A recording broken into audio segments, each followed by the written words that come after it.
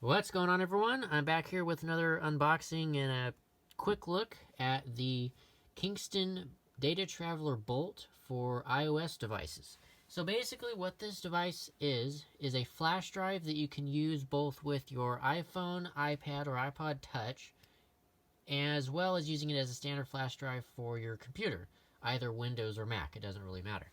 But yeah, it's a multi-purpose flash drive essentially that can basically work on any iOS device that has a lightning connector on it. Of course, it will not work with the devices that have a 30-pin connector.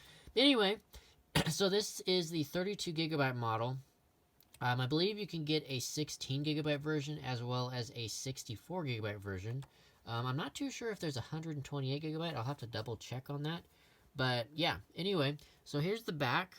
A little more information on it.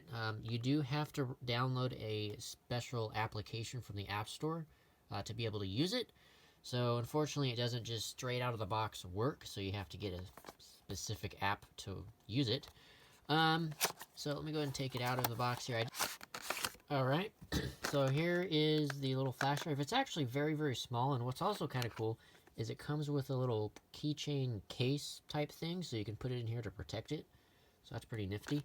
And then here is the actual flash drive itself. Again, it's really small. That's what it looks like in the palm of my hand. Very, very small and compact. And it is also very, very well built. I mean, this thing, feeling it, it feels very, very solid. So, I mean, if you were to drop it or something, I really don't think you're going to have any issues with something breaking off. Other than the lightning connector, you might snap that off. But anyway, I wouldn't worry too much about it. But yeah, so essentially what you got going on here is you have a lightning connector on this side and then a standard USB 3.0 connector on this side to connect to your computer. So really, really cool. The one caveat, however, with this particular device is it only supports, or rather the app only supports, viewing and playing back photos, videos, and PDF documents. You are not able to view any other file type within the app for this device on your phone, such as audio files, Word documents, text documents, and anything like that. You will not be able to view those. Now, what you can do is you can transfer any of those files from your iOS device to the flash drive for storage, but you just can't view them once they're already on there, which is really kind of a dumb thing. I'm hoping that the developer can update their app to support much more file types to be able to be viewed. But anyway, yeah, that's basically it for this unboxing video.